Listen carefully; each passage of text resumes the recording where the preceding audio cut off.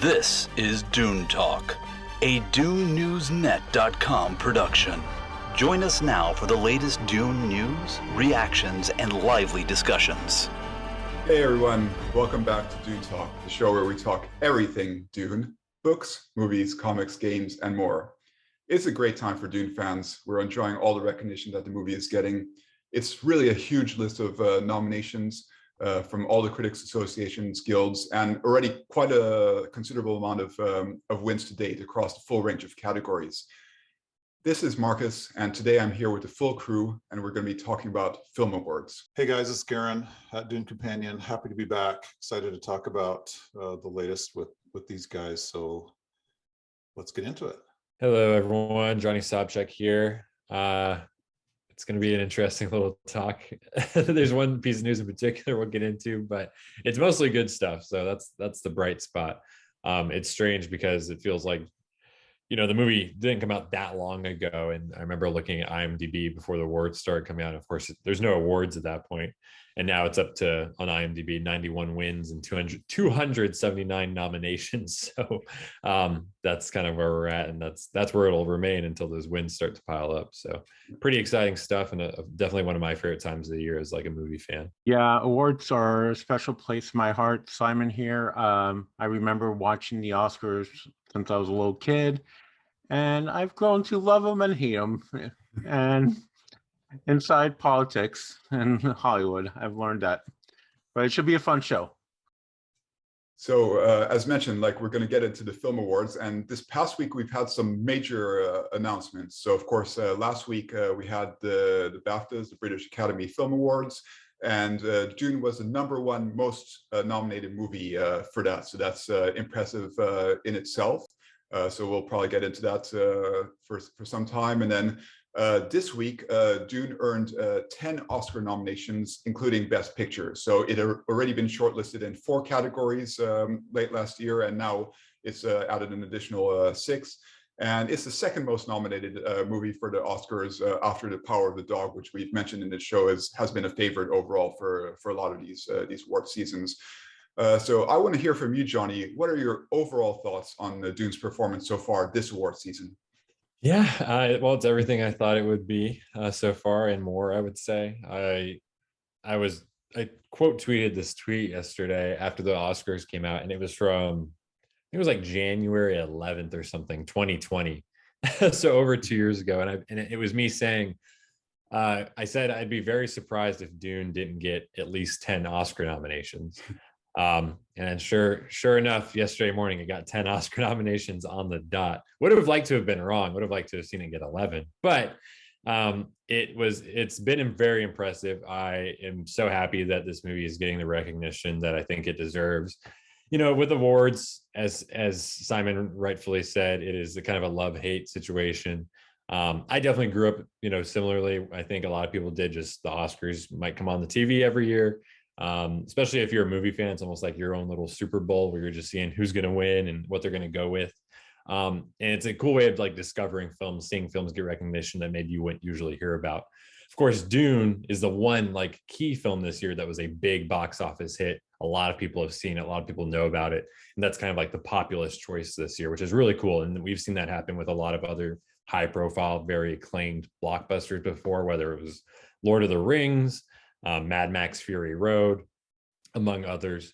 So it's pretty cool, and it's a nice kind of way to boost up the film, and I think even just get more people engaged and excited going into part 2, which production starts this summer. So it's been picking up all the nominations really that it should, and I think it deserves. And that's not just the Oscars, but BAFTAs, as you mentioned, Critics' Choice Awards, and all the different guilds throughout the industry. That includes hair and makeup, costume, production design, art direction, all that stuff. Until yesterday, there was no real big snubs. Let's just say that. But, at the end of the day, as I was kind of alluding to at the start, awards are really not the end all be all. You don't, necessarily need to take them that seriously. They're only as seriously as you take them. And at the end of the day, the movie still is the movie, and you can still enjoy it. And that's what really matters. And what matters is getting part 2. And that's what we got. So, that's the main thing to tell you. But it's very fun and enjoyable, and I'm excited to see in the next few weeks as it starts to actually get those big wins, as you mentioned. I don't want to compare David Lynch's 84 film to Denis because it's a completely different experience. But I think when this project was first announced and I knew Denis was going to do this film and I was going to see one of my, my all-time favorite science fiction novels go to the big screen, for me to have somehow had a crystal ball and seen that this film would get nominated for 10 nominations for the Oscar Awards, I think I would have just been absolutely over the moon. Because back then I wondered, is he going to handle this right? Is he going to do this? We've talked about this before. So for me, the fact that it includes Best Picture, it includes all the parts of the creative process that really mean a lot to me and really show an incredibly high level of creativity and quality and attention to detail. And so I think for me, these Oscar Awards are more of a confirmation of something that I had hoped for so much. And now I can point to something that indicates that not just I thought this was an incredible film, but a lot of people in the industry who actually are very skilled and knowledgeable thought this was an incredible film too. So, we'll get into some of the nuances of these nominations like Johnny was alluding to, but for me, I am just over the moon. I think it's great. I think all the categories are right on with what I would have wanted to see get recognition. So you guys, I'm really pleased with where it's at. I agree with Garin and Johnny also. I mean, the Oscars are the Oscars. It is the Super Bowl for movie fans. But I also think the important thing is if you love the movie, some of my favorite movies of all time, like Back to the Future, has never won any awards. And that still holds up. I don't even know what won in '85. Was it Out of Africa? Probably, yeah, something like that. Yeah. I was going to be like, Johnny would know. But it is nice to see that the people in the industry mostly respect everything that went in this movie, from costume design to editing to makeup to sound. It's great to know that it's not just us four and you guys watching and listening out there appreciating this movie. And I can tell you, in the past couple weeks since it's hit home release, we've been selling out of them nonstop at work. And a lot of people are like, I've heard that it's really good.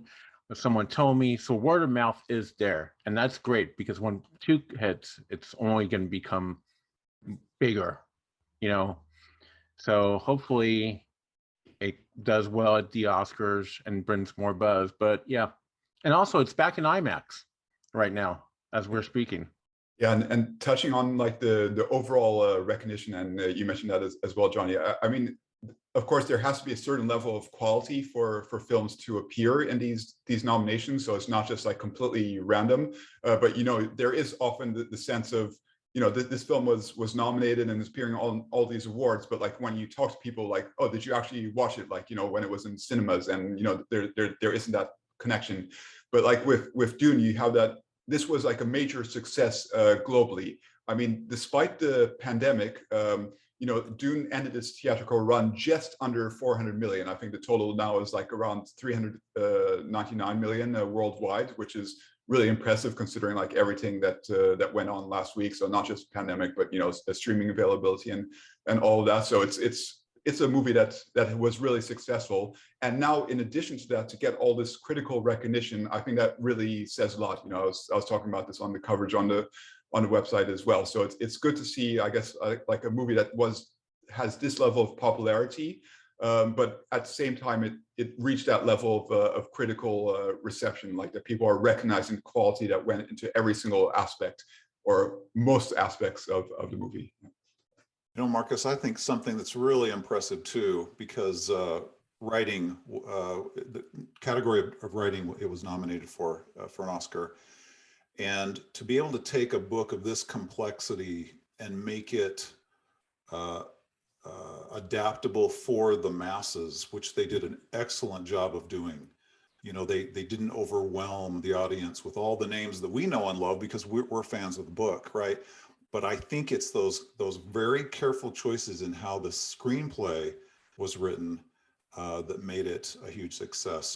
So I just think it's hats off, and these nominations are indicating this, that something that could have been quite disastrous, and again, Lynch's film was not received well. I lived through this, right?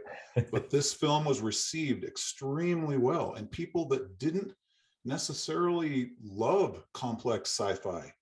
You know, my wife is not a sci-fi fan at all, and she really enjoyed the film. She really got a lot out of it.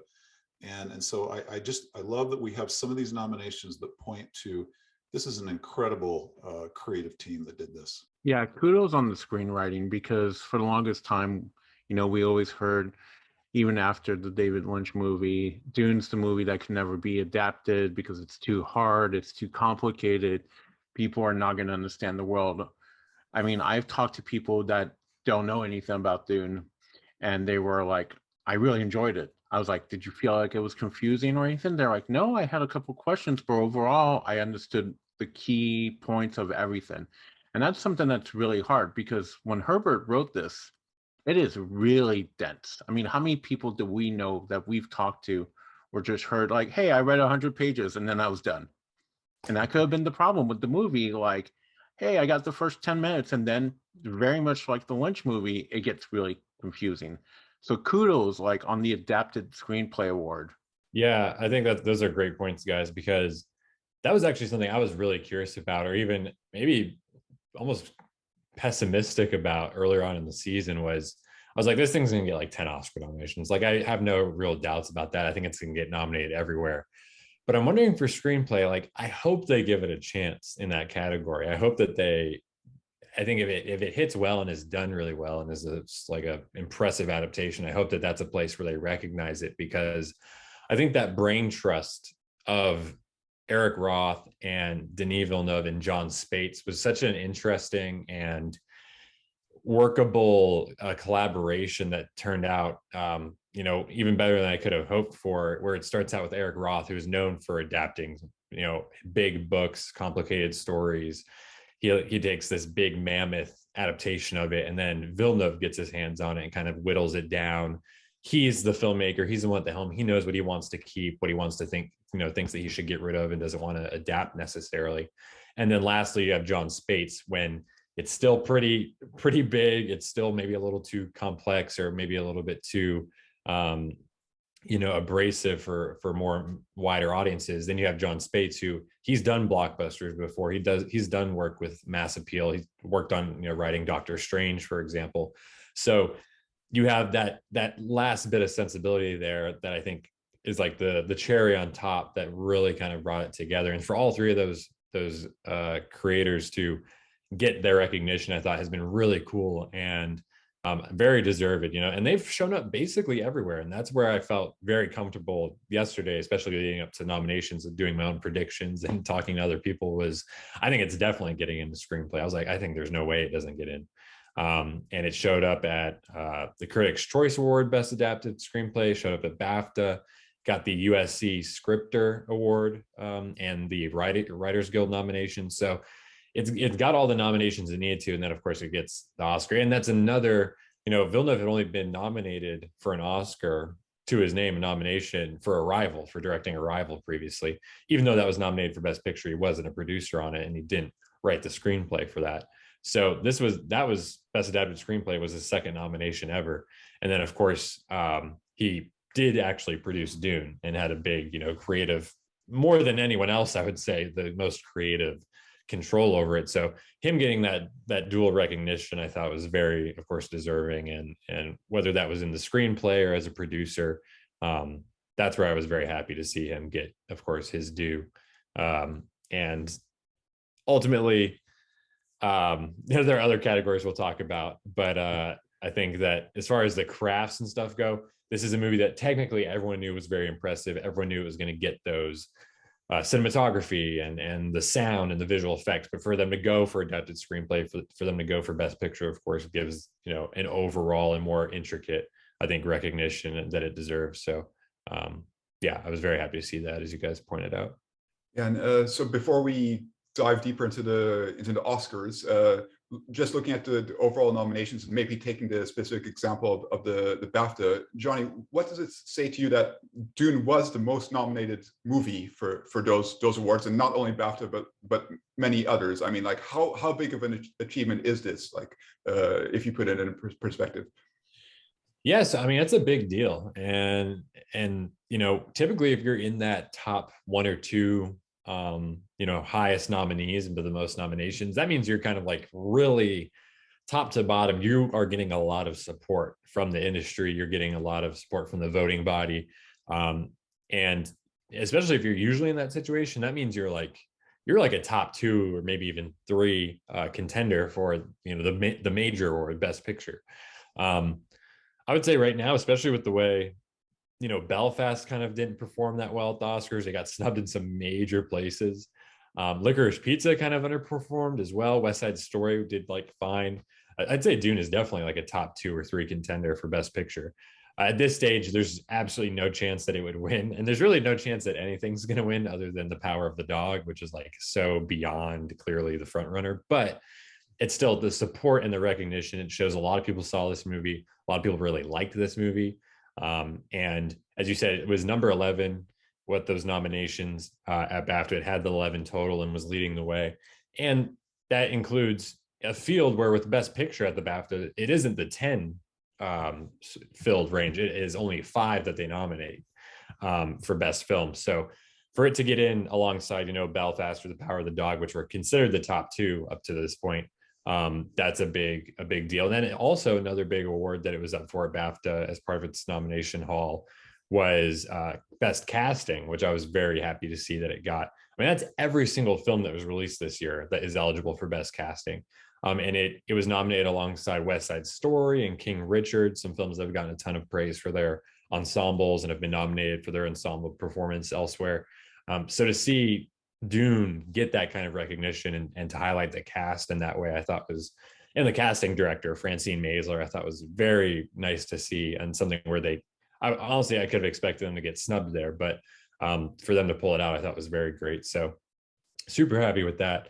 And then, at the Oscars, of course, 10 nominations, second only to The Power of the Dog, which got 12, but it's well ahead of the movies behind it, which got 7 nominations each. So it's a big contender, and I imagine that's just kind of building the mystique and the aura around it as they're getting ready to do part 2. The more buzz that this film gets, people know part 2 is coming. People know part 2 is getting made. Of course, a lot of the people that are in part 1 are coming back to work on part 2, whether that's the cast or the crew, but it's getting more attention. It's getting more people excited. People in the industry, they're like, I want to be on that movie. I want to work in that movie. I want to act in that movie. So the more attention it can get, the more eyes it can get and ears it can get, the better. Nominations is a big part of that. Of course, wins is a whole nother discussion, which I'm sure we'll talk about. But a lot of the news articles or things I saw yesterday were, Dune gets 10 nominations, or it has second most nominations. Power of the Dog gets number 1, has 12 nominations. Those are the top 2, and those were kind of named together a lot, so because they were pretty well ahead of the rest of the pack.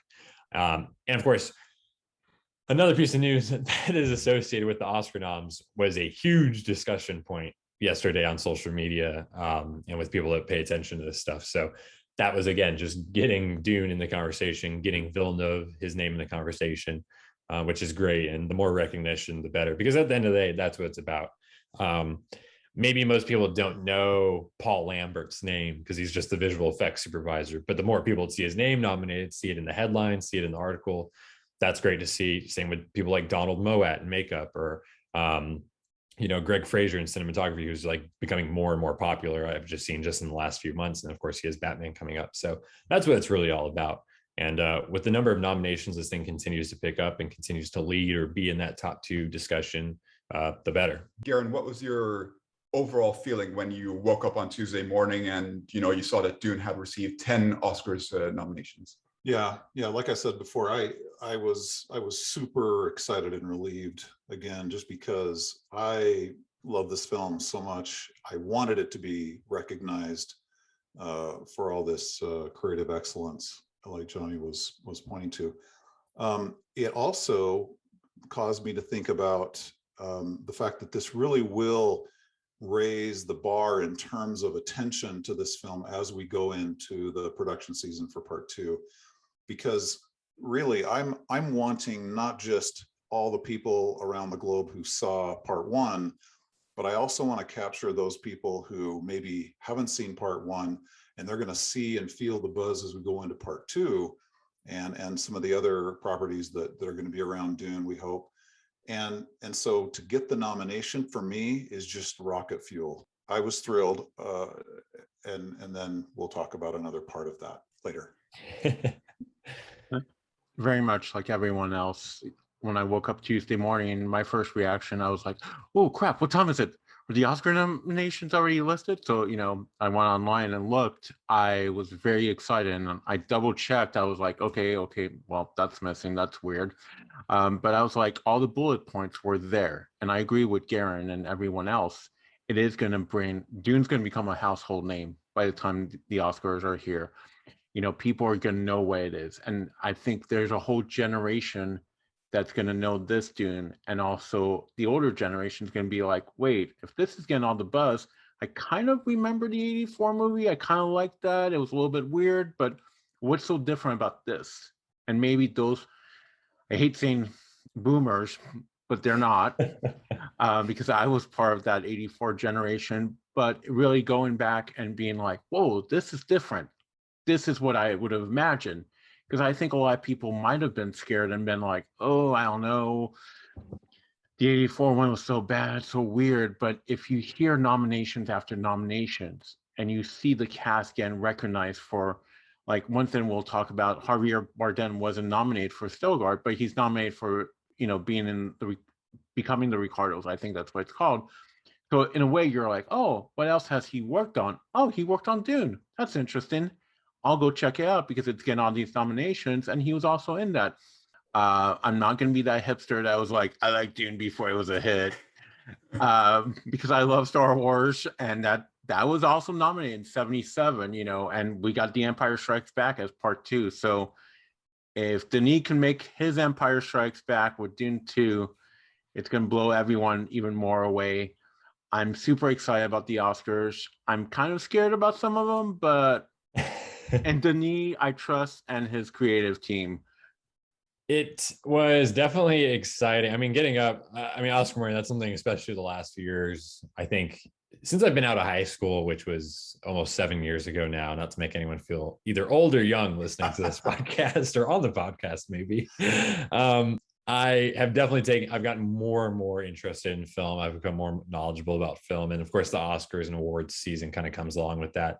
So I've had a few years now where I've gotten up knowing, like, okay, it's Oscar nomination morning. Let me tune in before I go to class up at college and things like that. And now, yeah, this was a big one because it's one I had been thinking about for literally years because I knew Dune. I'm like, can't wait for Oscar nomination morning when Dune comes out because I know it's going to be a big one. And I was so happy coming into this morning, just feeling comfortable and confident, like it's going to rack up this, this. And it got, 10 of the 11 nominations that it deserved to get, thankfully.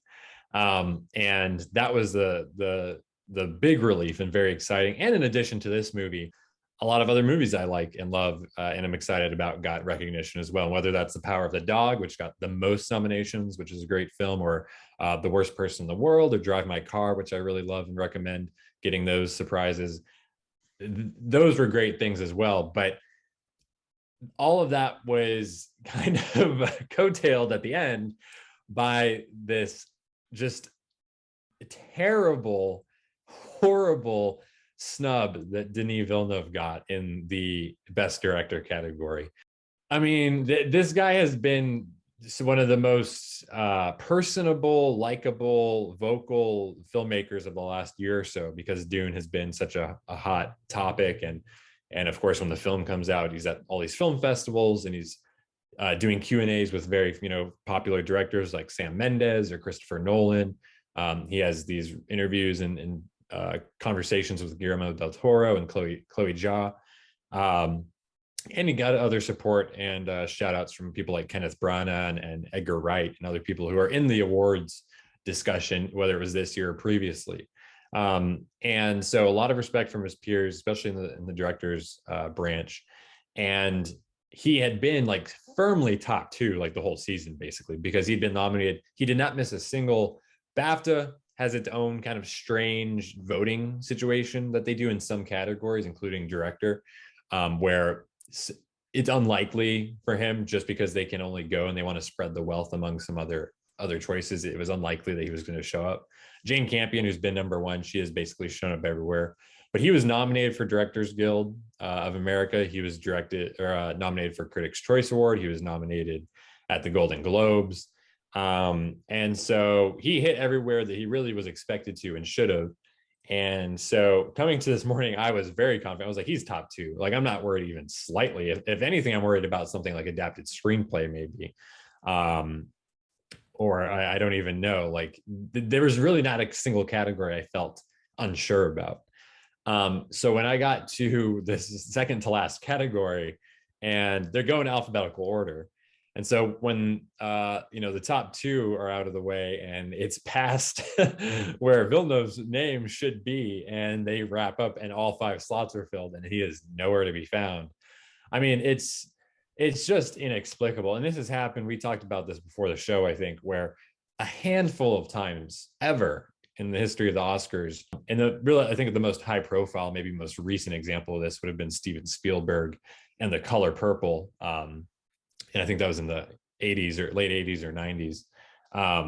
And that got like 11 nominations, but no Spielberg. And it's just like, what does this guy have to prove, or what does he have to do? And it's so strange because he was nominated for Arrival by the Academy. And that was, of course, it's like a more quaint film. It's more of a low key, more of a dramatic science fiction film. But the director's branch in the Oscars, the Academy, they love big, technically impressive films. They love, whether, even if it's a lot of effects, even if it's more high profile. We've talked about, Simon mentioned Star Wars. We've talked about Lord of the Rings. The only thing I can think of, I've seen some different speculation about this. The only couple options I can think of is either everyone voting felt so comfortable or confident that he would get in that they decided to like throw a bone elsewhere with their voting to like Araisuke Hamaguchi, who was kind of maybe on the fringe as the director of Drive My Car, maybe Paul Thomas Anderson or Steven Spielberg, who were in films that were not as high profile. They maybe flopped at the box office or were considered more middling. And then so he just kind of got swept out because people were making these other choices.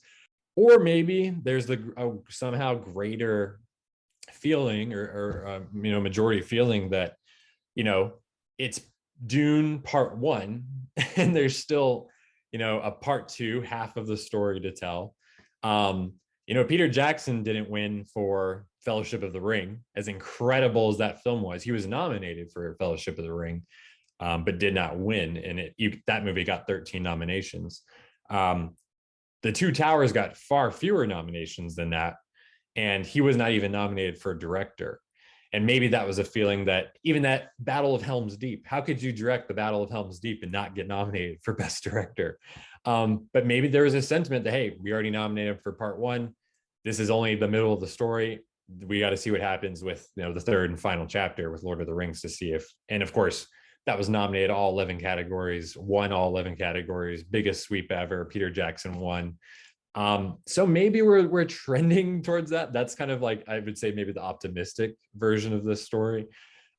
Maybe, and frankly, the narrative and the pushback has been so vocal, not just from fans, but from, awards pundits, from film journalists, film writers, people in the industry. Josh Brolin did this hilarious video post on Instagram yesterday where he was just saying, hey, I just want to say congratulations to legendary Warner Brothers, everybody who got nominated for Dune. Editing, cinematography, score, music, writing, pretty much everything. And the unbelievable, almost numbing flummoxing I feel for Denis Villeneuve not being nominated for Best Director is just one of those things that you just go, huh? What?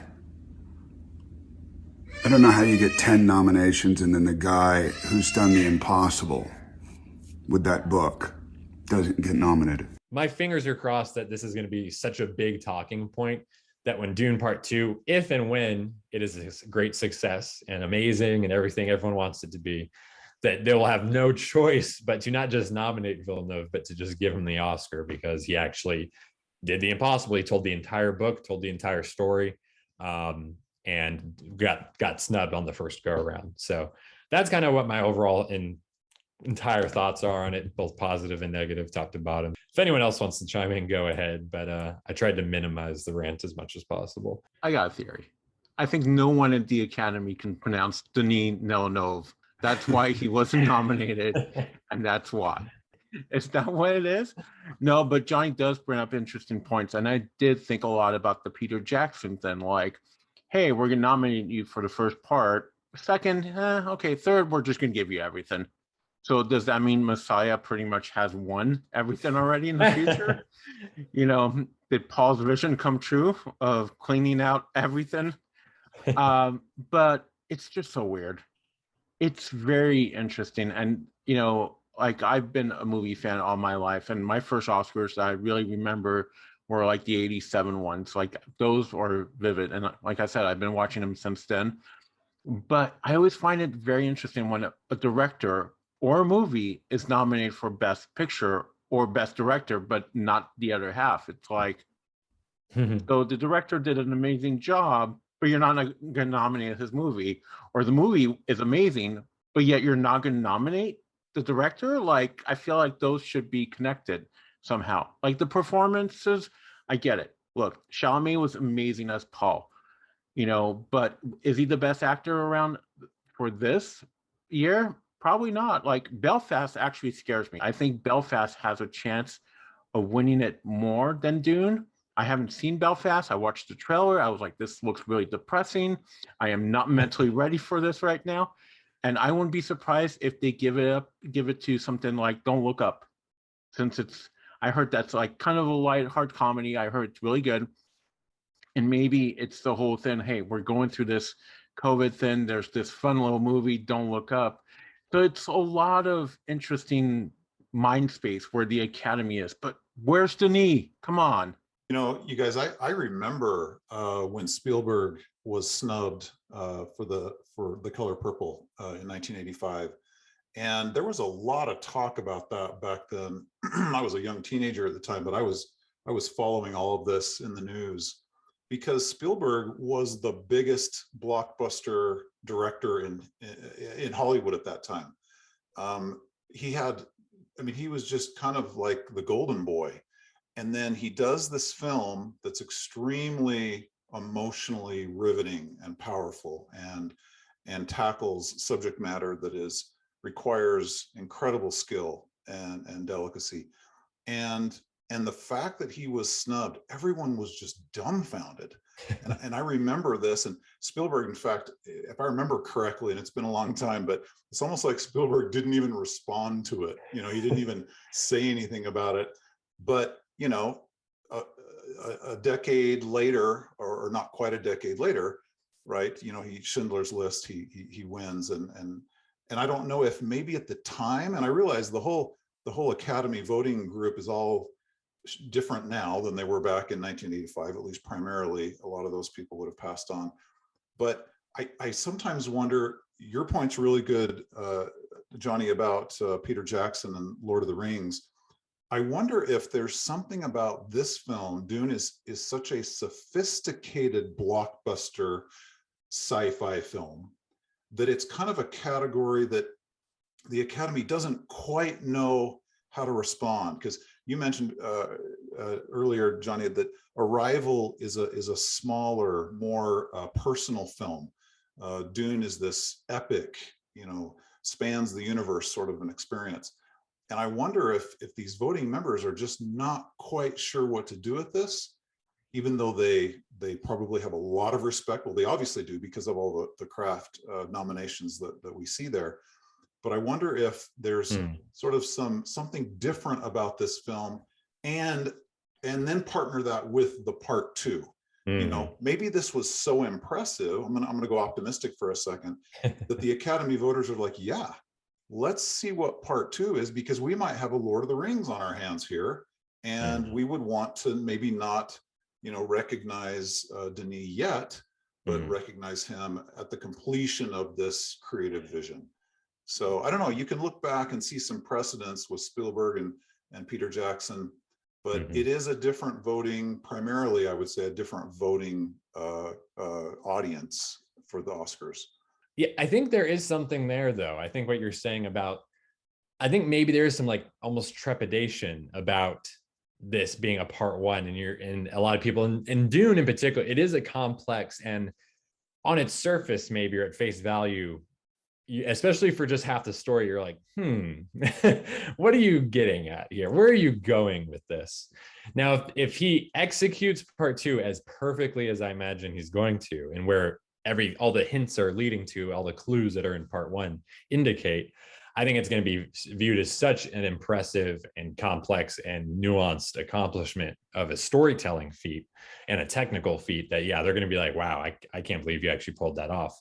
But yeah, there is. And even when it was coming out at Venice and these film festivals, there was a contingent, maybe a minority, of course, maybe a vocal minority, but they were like, it's part 1. Where's part 2? Where's the rest of the story?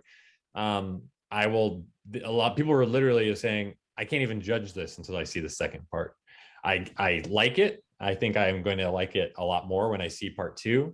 But for now, it's just kind of a wait and see situation. And there's another parallel that I saw people making as well.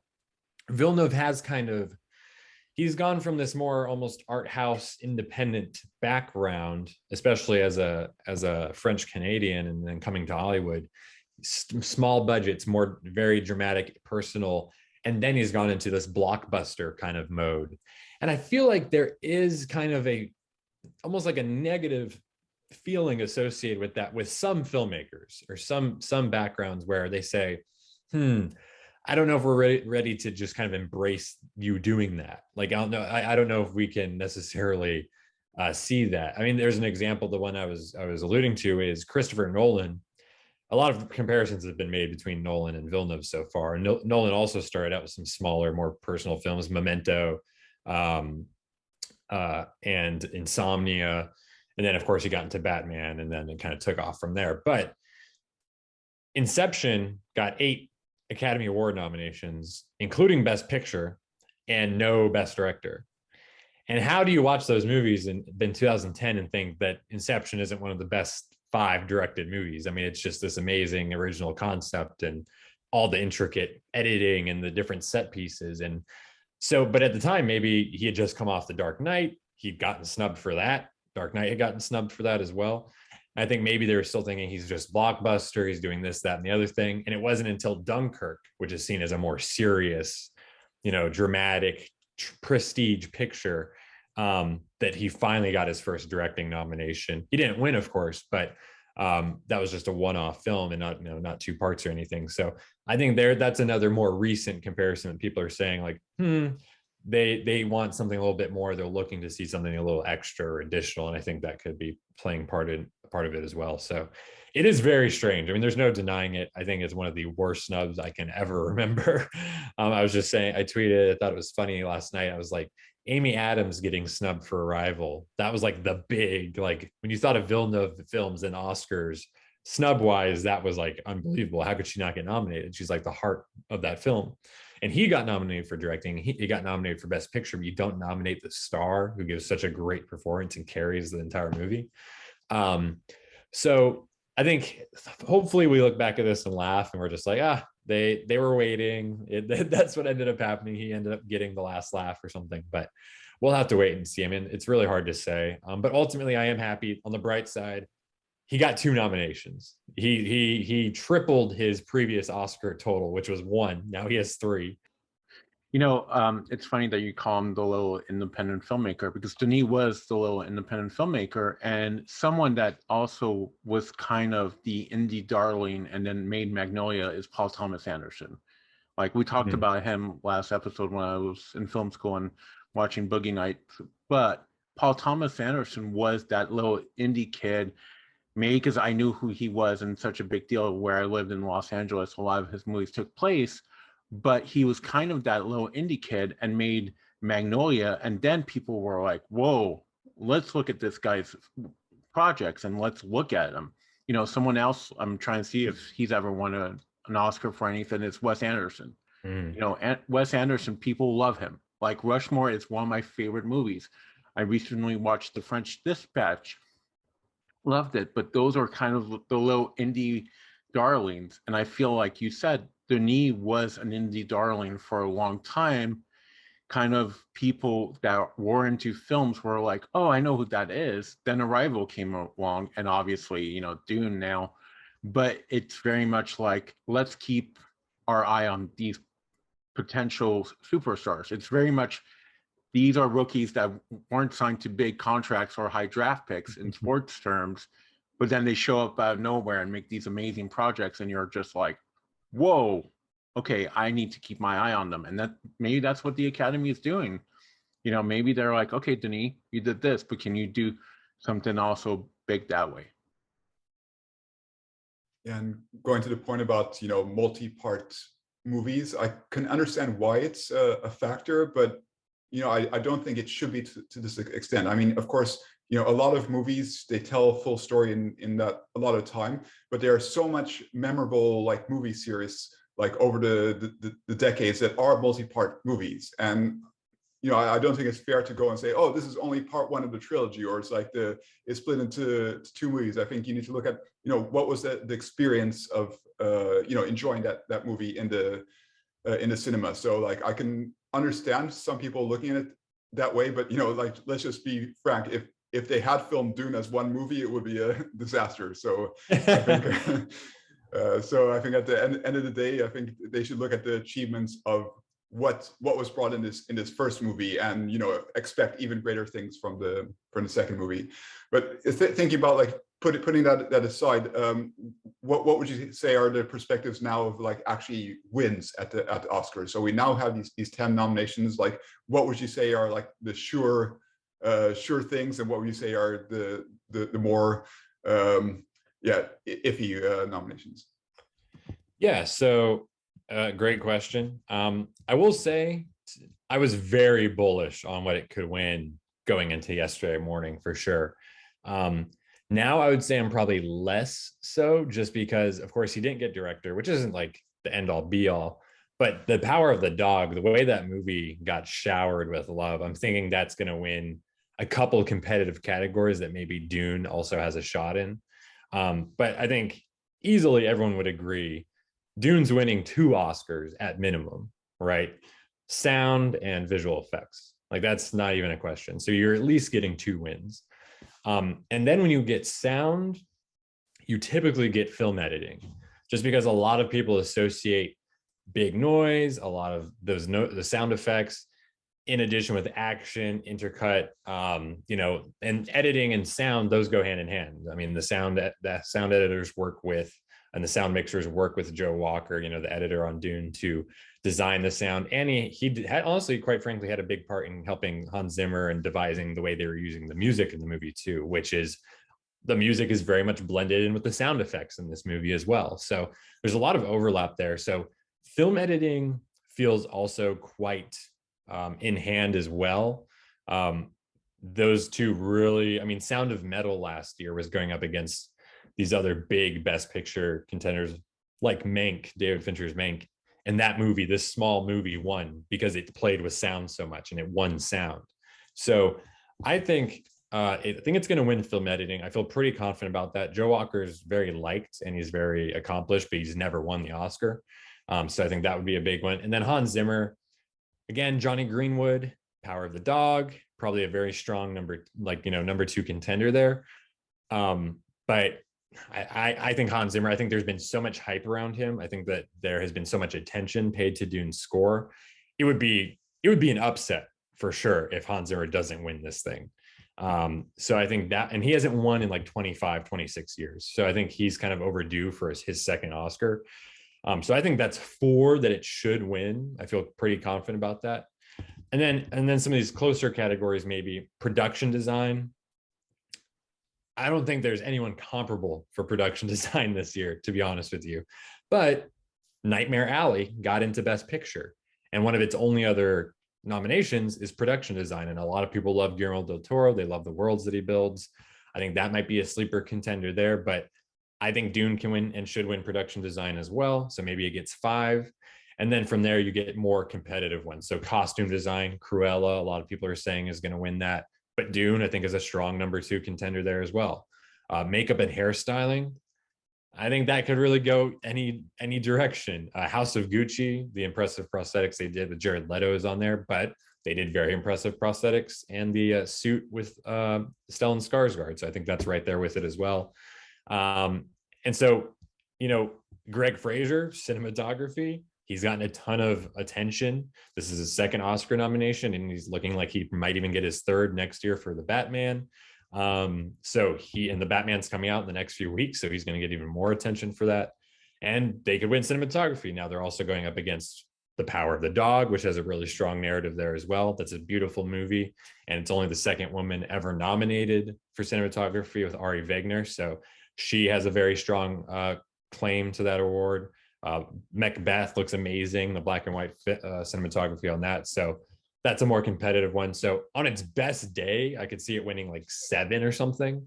But because it didn't get director and The Power of the Dog overperformed so much, I would be more confident in saying that it can win 4 or 5, maybe 6, depending on some of the more pliable categories. But I think visual effects, sound, and then less locked, but pretty locked in, film editing and original score for Hans Zimmer. I mean, Hans Zimmer created new instruments. That right there should win an award just by itself. Like, he recreated sound.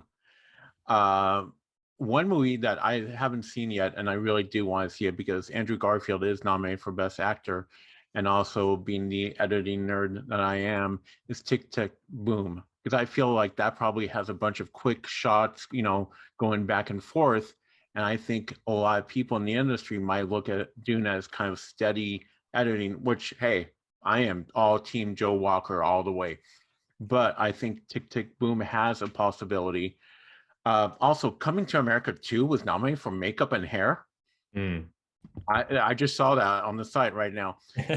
But like you were saying, House of Gucci, which I still haven't seen, but the Jared Leto then just right there is very much like the Baron. Like, wow, you totally changed the outlook of someone. Costume design, I love Dune, but I think Cruella might win it because they're creating something that's more fashion-like, and the Academy loves that look, that kind of retro look, and not being like, cool, Dune's a sci-fi movie, that's cool, but look, they recreated those costumes.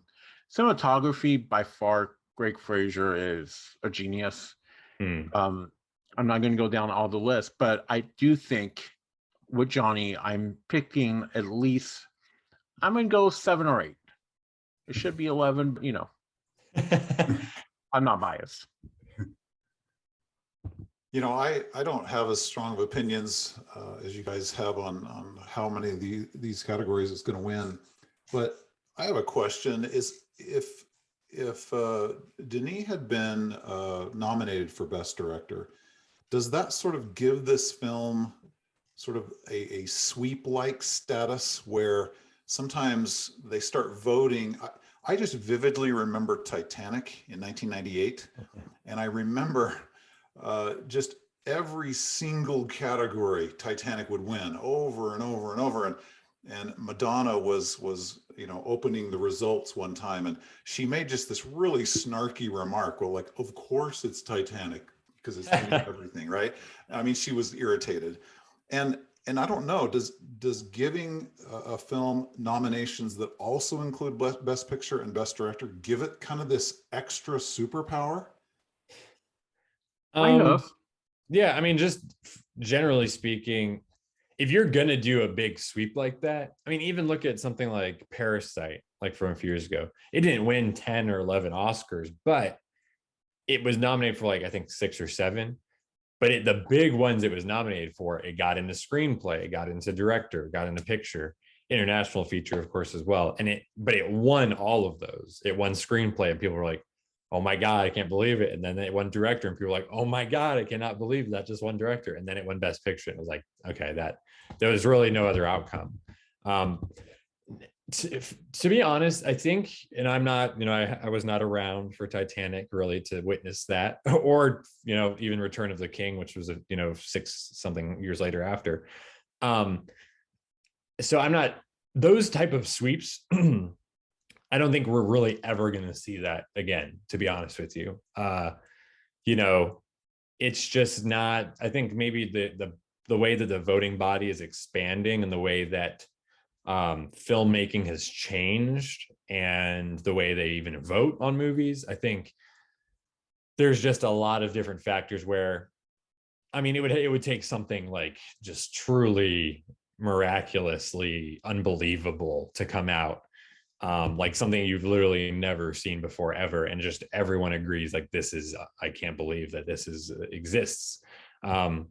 I think filmmaking taste, I mean, Titanic would I feel like that would never get made today. I mean, let's be real. It's this 3-hour epic, over 3-hour epic love story intertwined with faux documentary style filmmaking, bookends. It's such a weird movie, to be honest, but it's an amazing movie and it's an amazing accomplishment.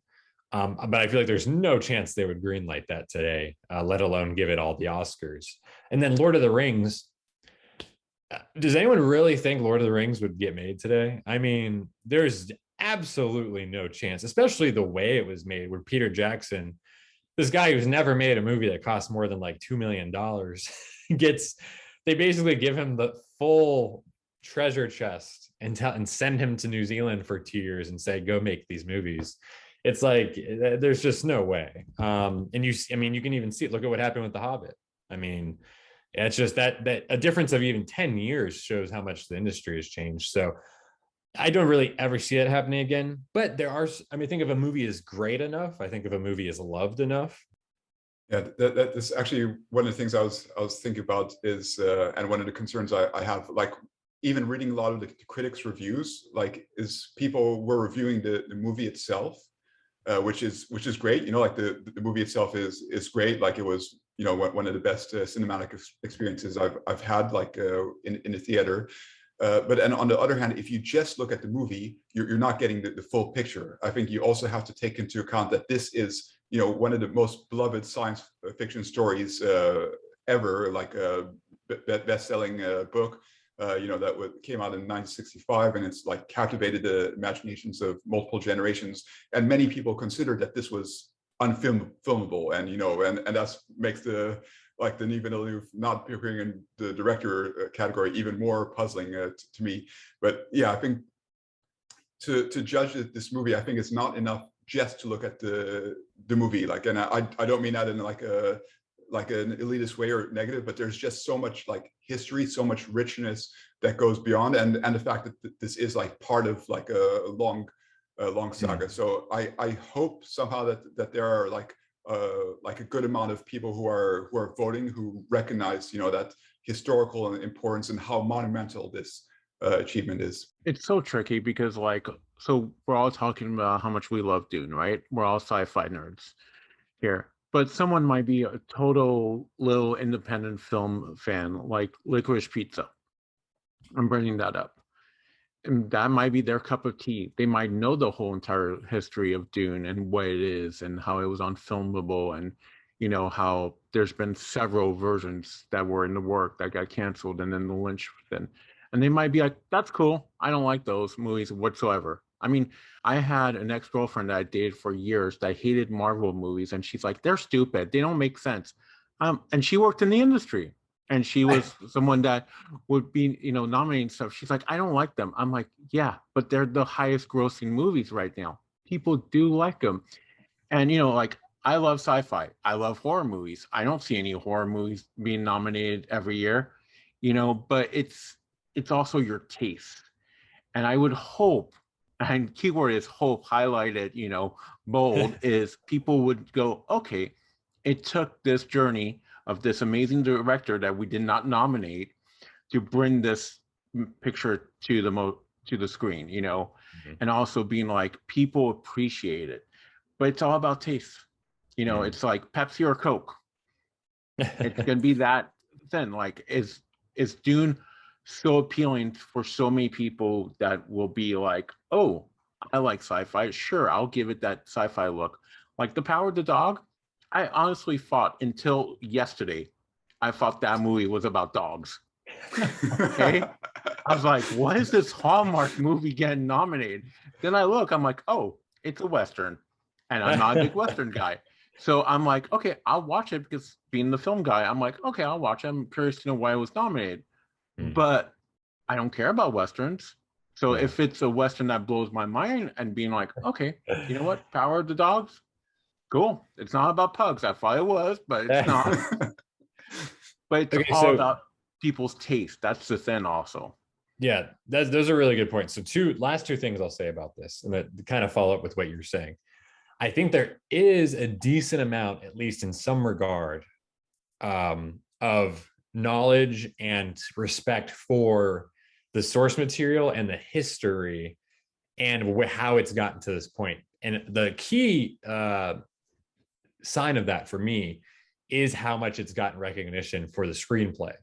Because listen to the stories that John Spates and Eric Roth tell you.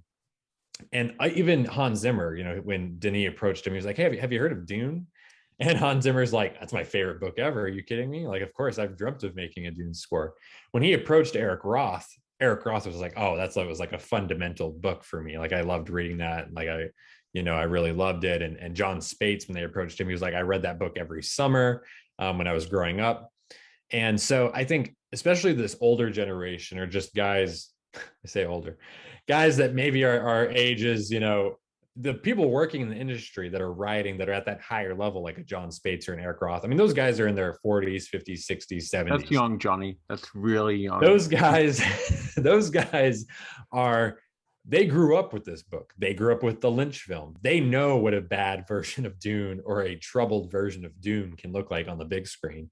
And they know how great the book is, and how, Ridley Scott was attached to it, and Jodorowsky was attached to it, and David Lean was mentioned, and James Cameron was mentioned. So they respect and they appreciate how you could translate that novel to the screenplay. And they appreciate that this is being made in such a grand way, in such an impressive way, finally, after all these years. And I think part two of that, the last point I'll make, and kind of what Simon was saying, is acquiring the taste, or being maybe unfamiliar with it. And I think that's where part two is going to come into play and be a greater, maybe even get more nominations, maybe, Denis included in that as well. Because, and I've said this with regards to just the box office and general audiences in particular, but the more exposure you get to this movie, to this universe, the more you'll come around on it, or the more that it will seem palatable to you. The more time that passes, the more people get engaged with it and vote, and they watch the movie or they talk about it. So I think coming in with part one, maybe people that aren't familiar with Dune are like, I don't really care for it, not gonna watch it. But then, maybe they say that a few months ago. Now it's had all this acclaim, it's made all this money, it's gotten all these nominations. Maybe now going into Oscar voting, they're like, okay, I'll give it a chance. I'll see what it's about. I'll see why people are appreciating it so much.